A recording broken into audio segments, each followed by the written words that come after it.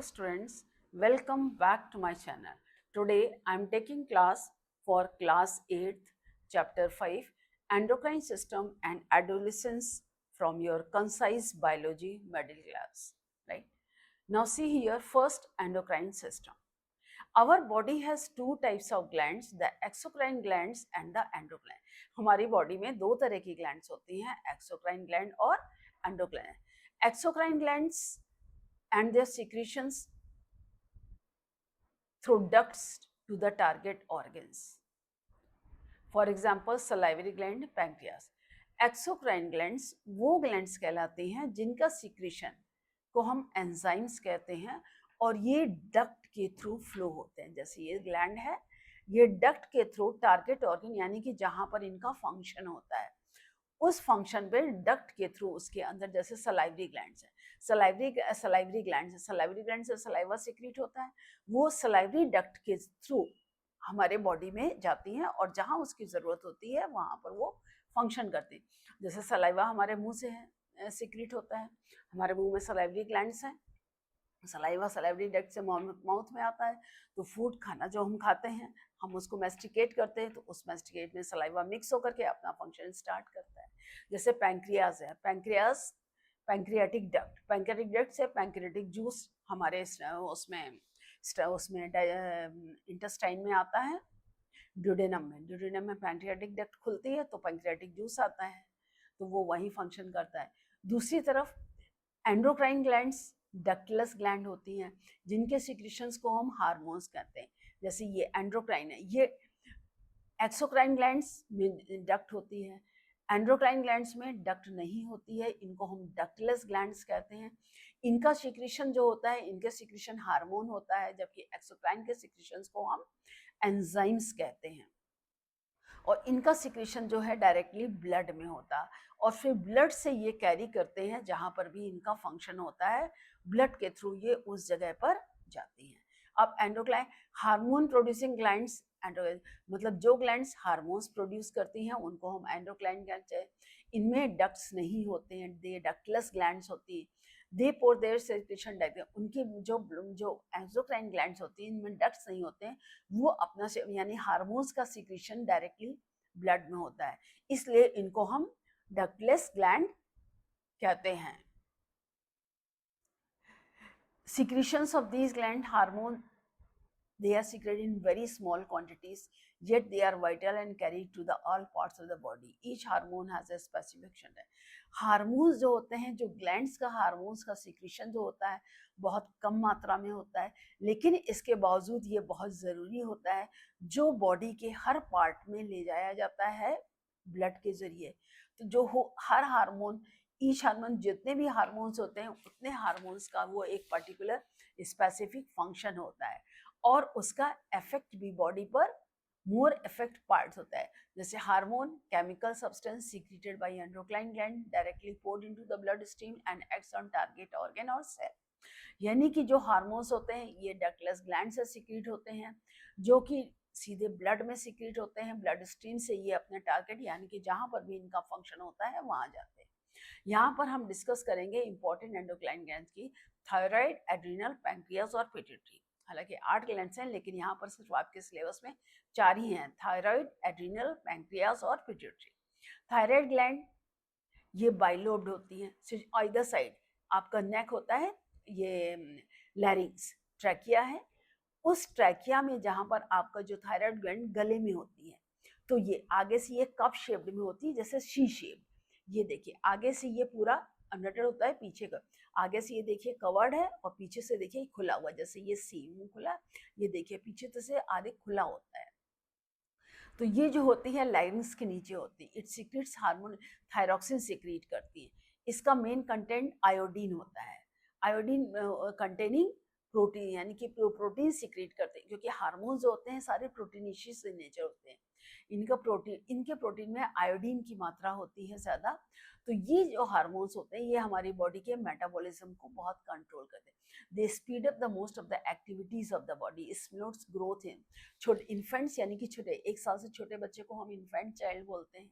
तो अगर इसका इनसफिशिएंट या ज़्यादा सीक्रेट होता है ग्लैंड में तो इसकी बॉडी में हार्मफुल इफेक्ट होते हैं. अगर इनसफिशिएंट सीक्रेशन हार्मोन्स का होता है तो it is a cause due to the enlargement of thyroid. It appears swelling in the neck occurs due to insufficient iodine. अगर आयोडीन का सिक्रेशन कम होगा उससे क्या होगी, थायराइड ग्लैंड एनलार्ज यानी बड़ी हो जाती है, इससे गले में स्वेलिंग आती है जो कि इनसफिशिएंट आयोडीन की मात्रा, अगर हमारे फूड में जैसे आप देख रहे हैं गले में स्वेलिंग होती है। तो थायराइड की deficiency common many parts India जहाँ पर आयोडाइज सॉल्ट या जो आयोडीन एडेड सॉल्ट जो होता है ये सिर्फ सी फूड में पाया जाता है। तो iodine required in the production, iodine की कमी से ही थायरॉक्सिन हार्मोन कम सीक्रेट होता है, और जब ये कम सीक्रेशन होता है तो ये गले में स्वेलिंग आती है। और क्रेटिनिज्म कब होता है, it is the element brings abnormal development in infant. अगर ये तो बड़ों में होता है जो स्वेलिंग आती, अगर बच्चे में होता है, इन्फेंट बच्चों में होता है तो फिजिकल और मेंटल रिटार्डेशन, यानी कि जो फिजिकल है शारीरिक ग्रोथ, और मेंटल यानी कि मानसिक जो ग्रोथ होती है, मेंटल डेवलपमेंट होता है वो कम होता है, बच्चा पूरी तरह डेवलप ठीक से नहीं हो पाता है। मिक्सडेमा इट कंडीशन एडल्ट जब इनसफिशिएंट अमाउंट में होता है, जो होता है it shows general sluggishness swelling on the face and hand. Sluggishness मतलब आलसपन आता है, फेस पे स्वेलिंग होती है, हाथों में स्वेलिंग आती है, बड़े लोगों में होता है मिक्सिडेमा और छोटे बच्चों में होता है cretinism. Why? Due to deficiency of iodine, यानी कि जब थायरॉक्सिन कम मात्रा में सीक्रेट होता है तब बच्चों में क्रिटिनिज्म होता है और बड़ों में मिक्सिडेमा होता है। ओवर सीक्रेशन यानी कि जब ज्यादा वो सीक्रेट होते हैं तब क्या होता है, मेटाबॉलिक रेट बहुत फास्ट हो जाती है, increased heart beat, weight loss और जनरल रेस्टनेस होती है। ओवर सिक्रेशन से भी मेटाबॉलिक रेट हमारा जो होता है काफी तेज हो जाता है, जो ओवर सिक्रेशन होता है थायराइड ग्लैंड से। तो जो ओवर सिक्रेशन की वजह से जो थायराइड ग्लैंड में होते हैं उससे जो होता है, जो ग्रोथ होती है थायराइड ग्लैंड की ड्यू टू ओवर सिक्रेशन, तो उससे मिक्सिडेमा मेंटल और फिजिकल डेवलपमेंट कम होता है, बच्चों में होता है। तो जनरल रेस्टलेसनेस, वेट लॉस होता है, इंक्रीज्ड हार्ट बीट होती है, ये सब सीक्रेशंस होता है, ये सब सिम्टम्स हैं ओवर सीक्रेशन। ठीक है, आपके सिलेबस में सिर्फ इतना ही है। नेक्स्ट आपका आता है एड्रीनल ग्लैंड। एड्रीनल ग्लैंड दूसरी ग्लैंड है, it is like cap over the kidneys, kidney के ऊपर कैप के, ये जैसे किडनी है तो ये कैप के फॉर्म में प्रेजेंट होती है adrenal gland. Each adrenal consist of two central medulla and peripheral cortex. इसमें जो अंदर की तरफ जो होती है मेडुला होती है, बाहर की तरफ जो होती है वो कॉर्टेक्स होती है। मेडुला एड्रेनलिन सिक्रीट करती है जिसको कि एपिनेफ्रिन या इमरजेंसी हार्मोन भी कहते हैं। एड्रेनलिन, एपिनेफ्राइन, इमरजेंसी हार्मोन, ये तीनों एक ही चीजें हैं। The hormone is secreted with the person is under severe stress, बहुत ही ज्यादा स्ट्रेस हो, फियरफुल हो, एंग्री हो, जब आदमी को बहुत तेज गुस्सा आता है या अचानक कोई एक्सीडेंट हो जाता है तो इमीडिएट होते तब इस हार्मोन का, तो ये हार्मोन सीक्रेट होकर के बॉडी को जो है हमारे इमरजेंसी सिचुएशन से बचाने में हेल्प करता है। टू फेस, जैसे डेंजर, अचानक आप सांप देख ले, flee from the situation, danger मतलब इस फ्ली यानी कि किस तरह से किसी खतरनाक परिस्थिति से आप कैसे बचेंगे। तो इसमें जो है एड्रेनलिन सीक्रेट कहता है, फाइट और फ्लाइट हार्मोन बोलते हैं। इससे एक्स्ट्रा एनर्जी, स्ट्रेंथ बॉडी, इससे क्या होता है, heart beat rate, rate of respiration accompany with rise in rhythm, heart rate बढ़ती है, बीट बढ़ती है, रेस्पिरेशन आता है, ऑक्सीजन ज़्यादा होती है, ब्लड सप्लाई तेज होती है मसल्स में, ग्लूकोज ज़्यादा सीक्रेट होता है जिससे कि हमको एनर्जी, ब्लड, लीवर में जो होता है सीक्रेट, बीटा सेल्स जो होते हैं putting more fuel into the engine, जिससे कि सिक्रीशन जो है बताया। तो इसमें जो कॉर्टेक्स जो है वो सिक्रेट हार्मोन करता है कॉर्टिसोन, यानी कि दो हमें एड्रेनलिन और कार्टिसोन। जो एड्रेनलिन सिक्रेट होता है वो मेडुला से होता है, और कॉर्टेक्स का सिक्रीशन जो, कॉर्टेक्स जो सेल्स होते हैं, adrenal cortex, adrenal medulla, adrenal cortex, adrenal medulla adrenaline secrete करता है और एड्रीनल कॉर्टेक्स कॉर्टिसोन सिक्रेट करता है। ये कॉर्टिकल हार्मोन्स इन्फ्लुएंस करता है कार्बोहाइड्रेट, फैट और प्रोटीन मेटाबॉलिज्म, यानी कि जो बॉडी का मेटाबॉलिज्म है उसको रेगुलेट करता है। सॉल्ट और वाटर बैलेंस को रेगुलेट करता है। और स्ट्रेस में जैसे एक्सट्रीम हीट, कोल्ड, बहुत ज़्यादा गर्मी है, सर्दी है, इन्फेक्शन होता है, उस समय हमारी बॉडी को प्रोटेक्ट करने का ये काम करता है, ठीक है। नेक्स्ट थर्ड आपके आती है pancreas. Pancreas is situated between the stomach, behind stomach में, स्टमक जो कि स्टमक ड्यूडेनल का जो ऐसे प्लाट होता है उसके बीच यू शेप में ड्यूडेनम होता है, उस ड्यूडेनम के बीच में जो है लीफ लाइक स्ट्रक्चर होता है वो हमारा होता है पैंक्रियाज। इसमें डाइजेस्टिव ग्लैंड होती है, इसके जो पैंक्रियाटिक जूस भी होते हैं। पैंक्रियाज को हम endocrine as well as exocrine gland दोनों है, क्योंकि पैंक्रियाटिक जूस पैंक्रियाटिक डक्ट से होता है उस वक्त ये एक्सोक्राइन ग्लैंड की तरह एक्ट करते हैं, लेकिन पैंक्रियाज में भी बीच में छोटे छोटे सेल्स होते हैं जिसको हम कहते हैं आइलेट्स ऑफ लैंगरहैंस, क्लस्टर होते हैं। तो इसके दो हार्मोन सिक्रीट करते हैं, इंसुलिन और ग्लूकागॉन। तो इंसुलिन हार्मोन जो होता है ये जैसे ये देखिए, ये आपका मैंने कहा ना ये स्टमक होता है ड्यूडेनम, इस ड्यूडेनम के बीच में ये लीफ लाइक स्ट्रक्चर होता है, ये है आपका पैंक्रियाज। तो इस पैंक्रियाज के बीच बीच में सेल्स होते हैं, अल्फा सेल्स और beta cell. Beta cells insulin secrete करते हैं और अल्फा सेल्स ग्लूकागॉन सिक्रीट करते हैं। इंसुलिन ग्लूकोज को ब्लड में चेंज करे, इसमें एक्स्ट्रा ग्लूकोज जो है वो ग्लाइकोल में चेंज होता है। जैसे हम खाना खाते हैं ग्लूकोज रिलीज हुआ तो जितना हमारी बॉडी को चाहिए वो हमारे ब्लड में रहता है, एक्सेस ग्लूकोज को ग्लाइकोल में चेंज करके लीवर में स्टोर करता है, ultimately stored in the liver and muscle. induces the cells to burn extra glucose to produce heat energy for the body, और इंड्यूस करता है सेल्स को जो एक्स्ट्रा ग्लूकोज है वो हीट और एनर्जी के फॉर्म में चेंज हो। Causes the cells to convert extra glucose into fat है, जो सेल जो बहुत ज्यादा अगर बहुत देर तक अगर हमारा ग्लूकोज स्टोर रहता है बॉडी सेल्स में तब वो फैट में चेंज होता है। लेकिन अगर हमारी बॉडी में इंसुलिन जो है अगर हमारा इंसुलिन कम है, ग्लूकोज चेंज नहीं होता है तो ग्लूकोज का लेवल बढ़ जाता है, तो उससे हमें डायबिटीज होती है, डायबिटीज मेलाइटस, मतलब person has a high concentration of sugar. क्यों? क्योंकि शुगर ग्लूकोज ग्लाइकोजन में चेंज नहीं हो पा रहा है। क्यों? क्योंकि इंसुलिन की मात्रा प्रॉपर सिक्रीट नहीं हो रही है बीटा सेल से। तो it excretes great deal of urine loaded with sugar and feels thirsty because of the loss of water too much है। तो इसमें क्या होता है कि जब ब्लड में शुगर की मात्रा ज्यादा होती है तो जब ये शुगर होते ही तो उससे क्या होता है, किडनी जो वाटर फिल्टर करती है, जब ज़्यादा शुगर होता है तो आदमी को प्यास ज़्यादा लगती है, थर्स्टी होते हैं, और उसका लॉस ऑफ वाटर भी यूरिनेशन के थ्रू ज़्यादा होता है तो आदमी दुबला है, he loses weight, tends to become weak. कुछ लोग glucose level comes down due to over secretion of से, कभी कभी जब ज़्यादा ओवर सिक्रीशन होता है तो ये भी हार्मफुल होता है। तो क्या होता है कि बॉडी में ग्लूकोज रह ही नहीं पाता है, तब ग्लूकोगन स्टिमुलेट होता है। तो ग्लूकोगन क्या करता है, ग्लाइकोजन को ग्लूकोज में चेंज करता है, जिससे कि बॉडी जो शुगर लेवल है बॉडी में होता है। जब ग्लूकोज की मात्रा कम होती है, कम ग्लूकोज होने में आपको चक्कर आएंगे, आप ठीक से अपना काम नहीं कर पाएंगे। तब जो बॉडी में लिवर में स्टोर जो ग्लूकोज होता है ग्लाइकोजन के फॉर्म में, उस ग्लाइकोजन को ग्लूकोज में चेंज करके ब्लड में मिक्स करता है। ये किसके द्वारा होता है, ये ग्लूकोगन हार्मोन होता है। ये ग्लूकागन हार्मोन जो स्टिमुलेट करता है ग्लाइकोजन को लीवर में चेंज कर ग्लूकोज में गए, तो इस शुगर लेवल जो ब्लड में कांस्टेंट है। नेक्स्ट आपका आता है पिट्यूटरी। तो pituitary gland is a pea size gland located below the brain. It secretes several hormones, some of which regulates activity of the endocrine. तो इसमें जो होते हैं एंडोक्राइन ग्लैंड्स होती हैं, तो इसमें सबसे पहले आती है आपकी पिट्यूटरी ग्लैंड। तो पिट्यूटरी ग्लैंड को हम मास्टर ग्लैंड भी कहते हैं, क्योंकि इनसे जो हार्मोन सिक्रीट होते हैं वो हमारी बॉडी के अदर हार्मोन्स को गवर्न करते हैं, जैसे ओवरी है, टेस्टिस है, इन सबको वो गवर्न करते हैं, इसलिए इसे हम मास्टर ग्लैंड कहते हैं। ये सब जैसे इसमें जो पिट्यूटरी ग्लैंड से होते हैं, ग्रोथ हार्मोन क्या करता है, ये ग्रोथ को गवर्न करता है।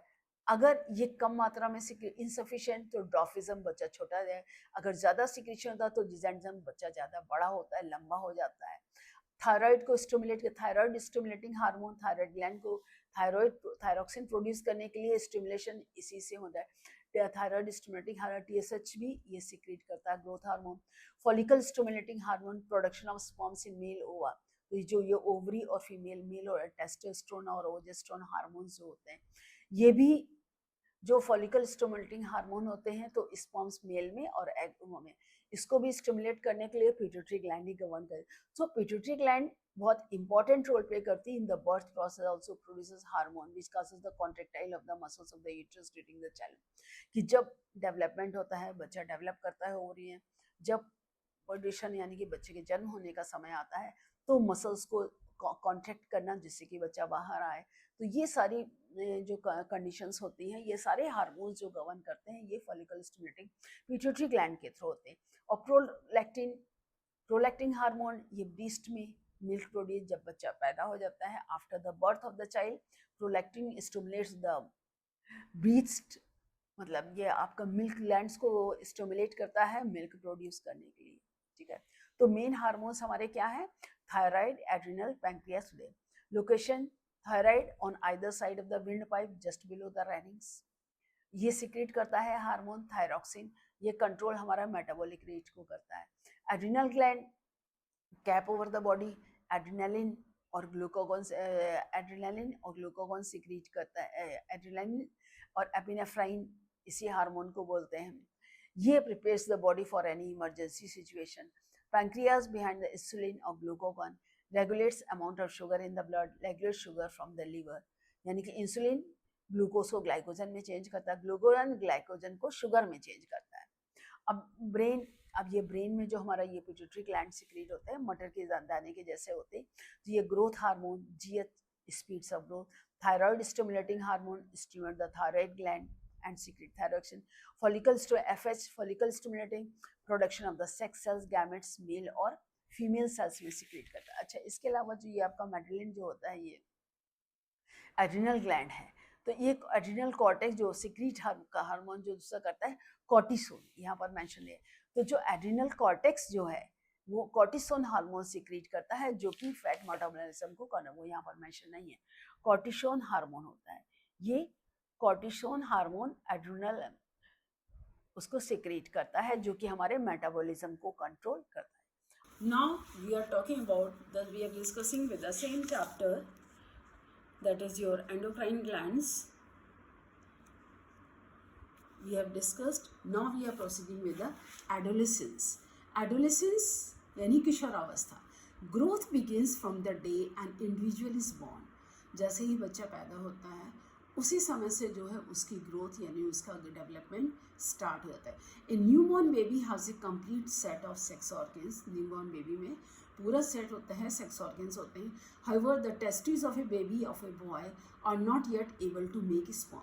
जो बेबी बॉय होता है उसकी टेस्टिस हालांकि उस समय स्पर्म्स नहीं बना रही होती। And the ovaries of a baby girl can not produce eggs. और जो बेबी गर्ल है उसकी ओवरी में भी एग प्रोड्यूस नहीं होता है। दो hundreds of immature eggs are already present in, जो कि उसमें इमेच्योर एग्स जो हैं बहुत ज़्यादा पहले से ही प्रेजेंट होते हैं। Growing up in a natural process, मतलब नेचुरल तरीके से जैसे ही वो बड़े होते हैं। The period of the life when the body undergoes development, जैसे ही की पीरियड होती है, मतलब एज होती है, समय होता है, डेवलपमेंट होता है, तो reproductive maturity is called adolescence.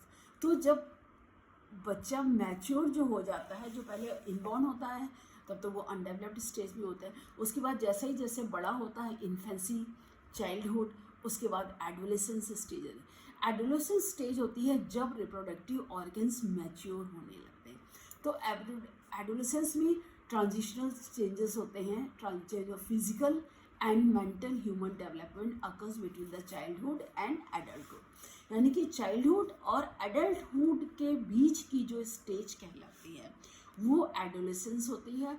और इस एडोलेसेंस एक तो दो फास्टेस्ट ग्रोथ होती हैं। पहली फास्टेस्ट ग्रोथ होती है infancy, since birth till 2 years, that is called infancy. और दूसरी फास्टेस्ट ग्रोथ होती है एडोलेसेंस, जिसमें कि बहुत फास्ट फिजिकल और मेंटल चेंजेस होते हैं, जो कि चाइल्डहुड से एडल्टहुड की तरफ आने से बच्चा जब डेवलप करता है। Is derived from the adolescere which means to grow into maturity. Adolescere जिसको लैटिन वर्ड में इसका मतलब होता है टू ग्रो इनटू मैच्योरिटी, यानी कि मैच्योरिटी में grow. It's the time of rapid development of growing towards physical and sexual maturity. ये फिजिकल डेवलपमेंट और सेक्सुअल मैच्योरिटी। तो adolescence is neither a child nor a adult. तो adolescence किशोरावस्था होती है, ना तो बच्चे होते हैं ना बड़े एडल्ट होते हैं। तो period between 10 to 19 years of age in an individual's life, it is called adolescence. यानी कि जो टाइम पीरियड होता है 10 से 19 ईयर्स ऑफ एज के बीच का जो इंडिविजुअल का वो एडोलेसेंस कहलाता है.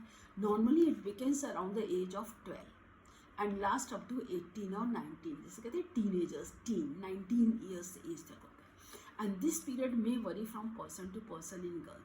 इसमें वेरिएशन होता है गर्ल्स टू गर्ल्स में, या प्रॉपर मतलब अगर खाना पीना अच्छा नहीं है तो डेवलपमेंट और ज़्यादा लंबा समय भी ले सकता है. मे बिगिन ए ईयर और 2 earlier than in the boys. Girls में जो है ये डेवलपमेंट थोड़ा जल्दी होता है, बॉयज़ में ये थोड़ा लेट स्टार्ट. तो फिजिकल चेंजेस जो होते हैं during using upon crossing the age of 10 और 11, 10 to 12 के बीच में, sudden spot in the growth which is quite noticeable. अचानक ग्रोथ स्पॉट यानी बहुत तेज़ी से ग्रोथ होती है जो कि नोटिसेबल होती है. चेंजेस बॉडी में चेंजेस होते हैं under the influence of hormone. चूँकि हार्मोन्स सीक्रेट होना स्टार्ट है तो हार्मोनल चेंजेस होते हैं. हार्मोनल चेंजेस है parts growing up.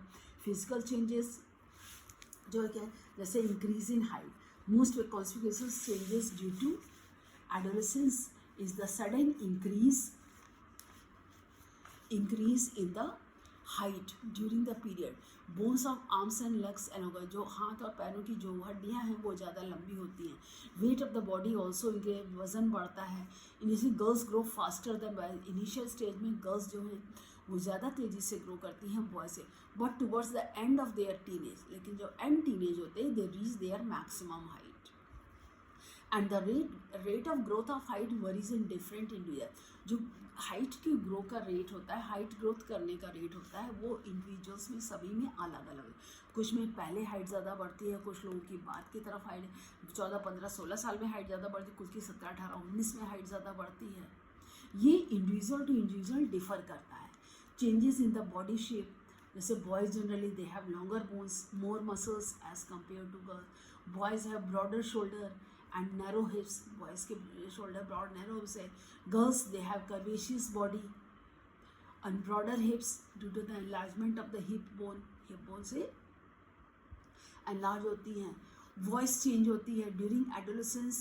Larynx of the voice box begins to grow. तो boys develop larger voice box. तो it can be voice as protruding part of the throat. This has been called the Adam's apple. Girls, the voice box is smaller in size. The girls have a high-pitched voice, whereas they have a deep hoarse voice. मेरी लड़कों की आवाज़ मोटी होती है, भारी होती है, एडम्स एप्पल. लड़कियों की आवाज़ पतली होती है, डीप इनकोर्स वॉइस होती है. The you must have observed some of your classmates develop a hoarse voice. आपने क्लासमेट्स में देखा होगा कि मतलब 8th में से ये स्टार्ट हो जाता है. Due to the muscles of their growing voice wire. जो वॉइस बॉक्स की जो मसल्स होती हैं वो ग्रो करती हैं and they develop into larger extent changing their. तो जैसे ही मसल्स ग्रो करती हैं लैरिंग्स की, तो जो वो मसल्स ग्रो करती हैं उन मसल्स से ग्रो से तो जो एक्सटेंशन बढ़ता है उससे वॉइस चेंज होती है. And situation remains for a brief, कुछ समय के लिए होती है. May be for a few months after which voice becomes normal. उसके बाद जो है वॉइस जो है नॉर्मल, हमेशा वैसे नहीं रहती है. Increase activity of sweat and सीवेशियस gland. During secretion of sweat glands और सीवेशियस ऑयल सिक्रेटिंग ग्लैंड्स होती हैं, ये बढ़ती है, इनका नंबर बढ़ता है. They increase. Many young people get once acne और pimples on the face because increase activity of glands in the skin. क्योंकि जो हार्मोनल सिक्रेशन होता है, हार्मोनल सिक्रेशन के इनडिसबैलेंस की वजह से ये सब चीज़ें होती हैं. Clothes specially under garment should be change daily. Very tight clothes should be avoided. बहुत ज़्यादा टाइट क्लोथ्स नहीं पहननी चाहिए. Regular toilet habits must be adopted for maintaining good health.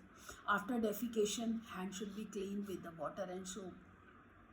मतलब आप फ्रेश होते हैं, फ्रेश होने के बाद हाथ जो है आप साफ़ पानी से सोप से अच्छी तरह से वॉश करेंगे. Feet should be cleaned every day and kept well protected. Hair should be washed regularly. Combing regularly हो चाहिए. Dirt sticking to the hairs, always use clean comb. Eye should be washed daily with clean and. आँखों को साफ़ पानी से, ठंडे पानी से धोना चाहिए. Rubbing your eyes with the hand should be avoided to prevent entry of germs. हाथ से आंखें नहीं मलना चाहिए, मतलब नहीं, वो उसको अवॉइड करना चाहिए टू प्रिवेंट, जिससे कि जर्म्स आँख में ना जाए.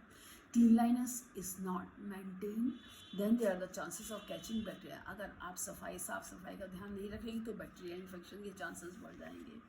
Girl should take special care during the time of their menstrual cycle. जब मेंस्ट्रुअल साइकिल होता है उस वक्त गर्ल्स को बहुत ज़्यादा ध्यान देने की ज़रूरत पड़ती है.